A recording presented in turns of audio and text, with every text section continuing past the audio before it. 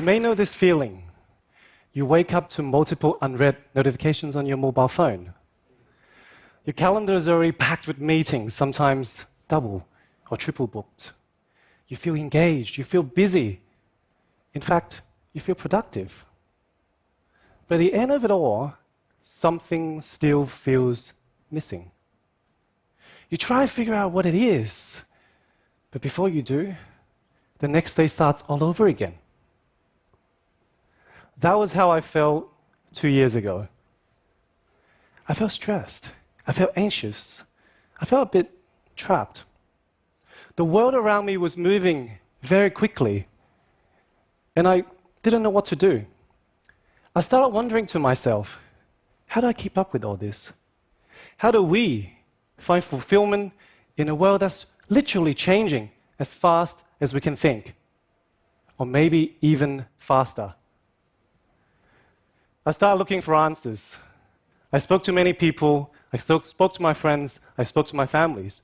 I even read many self-help books. But I couldn't find anything satisfactory. In fact, the more self-help books I read, the more stressed and anxious I became. It was like I was feeding my mind with junk food, and I was becoming mentally obese. I was about to give up. Until one day, I found this, the Tao Te Ching, the book of the way and its virtues. This is an ancient Chinese philosophy classic that was written more than 2,600 years ago. And it was by far the thinnest and the smallest book on the bookshelf. It only had 81 pages, and each page had a short poem. I remember I flicked to one particular poem. Here it is. It's beautiful, isn't it? Let me read it out to you. The supreme goodness is like water. It benefits all things without contention. In dwelling, it stays grounded. In being, it flows to depths. In expression, it is honest. In confrontation, it stays gentle. In governance, it does not control, and in action, it aligns to timing. It is content with its nature, and therefore cannot be faulted. Wow. I remember when I first read this passage, I felt the biggest chills down my spine. I still feel that today, reading it to you guys. My anxiety and stress just suddenly disappeared. Ever since that day, I've been trying to apply the concepts in this passage to my day-to-day life. And today I'd like to share with you 3 lessons I learned so far from this philosophy of water. 3 lessons that I believe have helped me find greater fulfillment in almost everything that I do. The first lesson is about humility. If we think about water flowing in a river, it is always staying low. It helps all the plants grow and keeps all the animals alive. It doesn't actually draw any attention to itself, nor does it need any reward or recognition. It is humble. But without water's humble contribution, life as we know it may not exist. Water's humility taught me a few important things. It taught me that instead of acting like I know what I'm doing or I have all the answers, it's perfectly okay to say, I don't know. I want to learn more, and I need your help. It also taught me that instead of promoting my glory and success, it is so much more satisfying to promote the success and glory of others. It taught me that instead of doing things so I can get ahead, it is so much more fulfilling and meaningful to help other people overcome their challenges so they can succeed. With a humble mindset, I was able to form a lot richer connections with the people around me. I became genuinely interested in the stories and experiences that make them unique and magical. Life became a lot more fun because every day I would discover new quirks, new ideas, and new solutions to problems I didn't know before, all thanks to the ideas and help from others. All streams eventually flow to the ocean because it is lower than them. Humility gives water its power, but I think it gives us the capacity to remain grounded, to be present, to learn from and be transformed by the stories of the people around us. The second lesson I learned is about harmony. If we think about water flowing towards a rock, it will just flow around it. It doesn't get upset, it doesn't get angry, it doesn't get agitated. In fact, it doesn't feel much at all. When faced with an obstacle, somehow water finds a solution without force, without conflict. When I was thinking through this, I began to understand why I was feeling stressed out in the first place.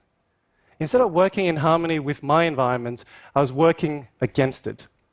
I was forcing things to change because I was consumed by the need to succeed or to prove myself. In the end, nothing did, and I got more frustrated. By simply shifting my focus to trying to achieve more success, to trying to achieve more harmony, I was immediately able to feel calm and focused again. I started asking questions like, will this action bring me greater harmony and bring more harmony to my environment? Does this align to my nature? I became more comfortable simply being who I am, rather than who I'm supposed to be or expected to be. Work actually became easier because I stopped focusing on things that I cannot control and only on the things that I can. I stopped fighting with myself, and I learned to work with my environment to solve its problems. Nature does not hurry, yet everything is accomplished. That's Tao Te Ching's way of describing the power of harmony.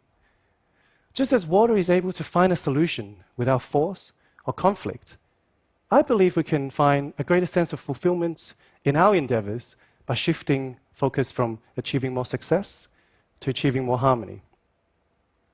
The third lesson I learned from the philosophy of water, it's about openness. Water is open to change. Depending on the temperature, it can be a liquid, solid, or gas. Depending on the medium it's in, it can be a teapot, a cup, or a flower vase. In fact, it's water's ability to adapt and change and remain flexible that made it so enduring through the ages, despite all the changes in the environment. We also live in a world today of constant change. We can no longer expect to work to a static job description or follow a single career path. We too are expected to constantly reinvent and refresh our skills to stay relevant. In our organization, we host a lot of hackathons, where small groups of individuals come together to solve a business problem in a compressed time frame. And what's interesting to me is that the team that usually wins are not the one with the most experienced team members, but the ones with members who are open to learn, who are open to unlearn, and who are open to helping each other navigate through the changing circumstances.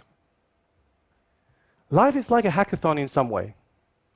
It's calling to each and every one of us to step up, to open up, and cause a ripple effect.